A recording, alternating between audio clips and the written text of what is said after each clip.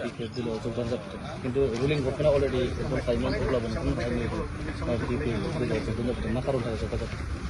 जोङो मथा-मथि इउपिपिएलनि मावनाया गोसोफोरखौ मोजां मोनाखै आरो जोङो 2020 जेब्ला सुक्ति गोदान जादों बिसिना बिटिआर हिसाबै जादोंमोन बे समाव जोङो बिआर पेरेन्टखौ 14 चिरां दुवाराव देरहासार खालामदोंमोन जै मैयै जोङो खाथिनानै मथा-मथि इयुथ हिसाबै जोङो स्ट्रं भाबै खाथिनानै पेरेंगा बसुमतारिखौ देरहाहोनाय जादोंमोन दिनै पेरेंगानि माखासे एक्टिभिटिखौ जों मोजां मोनाखै मानो होनबा एरिया हिसाबै बियो जोंनि एरियाखौ 14 चिरां दुवारखौ गासोनानैसो दोनदों बियो फारसेनिफ्राय बियो मथा-मथि बुंनो थाङोबा गावनि प्रपार्टि बानायनाय आरो सरकारि हिसाबै आसनि बानायनायफोरखौथ' बियो मोनफ्रोमबो मावफुङाखै दिनै लामा मावदों बा कालभार मावदों होनलाबायदं बेफोर गासिबो फेक गोजा आरो जोंनि 14 चिराङाव मथा-मथि दंफां मिल बायदिसिना खुलिनायासो बारा जादों बेना जोंनियावथ' हाग्रा हिसाबै दिनै 14 चिराङाव माखासे रिजार्भ ओनसोल दंमोन बे रिजार्भ ओनसोलनिफ्राय दंफां दानफाय लाबोनानै गावनि मिलाव दंफां हानाय माखासेल' नुबाय थादों आरो जोङो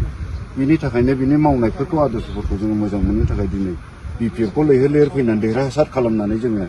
गभर्नमेन्टआव लाबोनो नागिरदों आरो 100% सरकार जागोन बिपिएफआ नोंथांमोना जेब्लानाखि इउपिपिएल दिलाव दंमोन होनबा नोंथांमोनखौहाय जेनाखि 14 नं चिरां दुवारनि जेनाखि रनजित बसुमतारि बिथाङाहाय नोंथांमोना मा होगोन होननानै मा जोंनोथ' बिदिनो प्रतिश्रुति होदोंमोन मथा-मथि खुगाजोंसो सुक्ति आरो बेना लिखितंथ' प्रतिश्रुति होनो हाखाया माने बिनि बुंनाया गासिबो फेलें गोजा बुंदोंमोन बियो जोङो इयुथफोरखौ बा सेंग्रासाफोरखौ मोजां गथ' सिकितफोरखौ साख्रि होगोन बा जोङो माबा मोनसे सल्भ खालामनो थाखाय बायदिसिना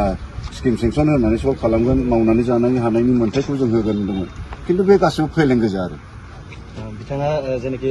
14 नं चिरां दुवारावहाय दिनैहाय टिकेट मोनाखै बा रायजोफोरजों गाज्रि मोनजानानै दिनैहाय बावखुंग्रि बियाबाव दिनैहाय फैनानै बिथाङा टिकेट मोननानैहाय जे इलेक्सन गेलेगोन बेखौ 100% मानो होनबा जोंनि रायजो राजाया बिनि मावनाय दांनायखौ मोजां मोनाखै जोंनि 14 चिरांनिफ्राय आरो आं खुलुमहरोसो माने मावखुंग्रि बियाबावदि बे टिकेट लाहैदों मावखुंग्रिनि रायजो राजाया बेनो भट होनो नाङा मानो होनबा बेखौ भट होनानै होआलासिनो बेखौ 10,000 भटआव फेजेनहरनो हायोबा आङो मावखुंग्रि बियाबनि जनसाधारन पाब्लिकफोरखौ आं खुलुमगोन आरो जेनाखि रुलिं गभर्नमेन्ट जेनाखि प्रमद बर' सार बिथाङा बुंबाय थायो डेभेलपमेन्टनि खोथा आरो बिटिसिआव गोजोन सुक्ति सान्थि जाबाय होननानै बेखौ बुंबाय थायो बेथ' नंखाय गोजा मानो होनबा सान्थि सुक्तियाथ' जेनेबा मोनसे संगठन जेनेबा एनडिबि आफादा बै समाव आफाद मावबाय थानाय समाव जेनेबा आन्दलन खालामबाय थादोंमोन बिसोरखौ लानानै थगायदों जे बिसोरखौ लानानै गाव बारस'नानै बेयो सुक्ति खालामनाय हिसाबै दिनै सान्थि सुक्ति जानो हायाखै आरो बेयो बिनि थाखायनो एपिबि गोदान आफाद दादों बिसोरो आरो बे गोदान आफाद दानाय एपिबि माबाखौ दिनै बुथुमनांगौ बिसोरो होखानानै गावसोर जेननो थांगासिनो दं आरो मथा-मथि दिनैहाय नोंथांमोना साबैसेजों जयनिं जाफैदों जोङो दा 16 जन प्रेजेन्ट दं ओमफ्राय जोंजों फैगासिनो दङ जों दिनै हास्लाबजोबाखै गारिनि बेब'स्था खालामनो आरो गारि लानानै बावहाय जोङो सारजों रायज्लायनानै जेनेबा जाखिनि एक्टिभिटि जोंनि मावगिरिफ्रा लोगो लालायनानै दिनैनो गामिनि थाइगंफोरखौ लानानै माखासे फिल्डआव जोङो प्राइमारि लेभेलाव लादों आरो ब्लकनिफ्राय जों आलासि लेंहरदों बेखौ जों लानानै गाबोननिफ्राय रेडि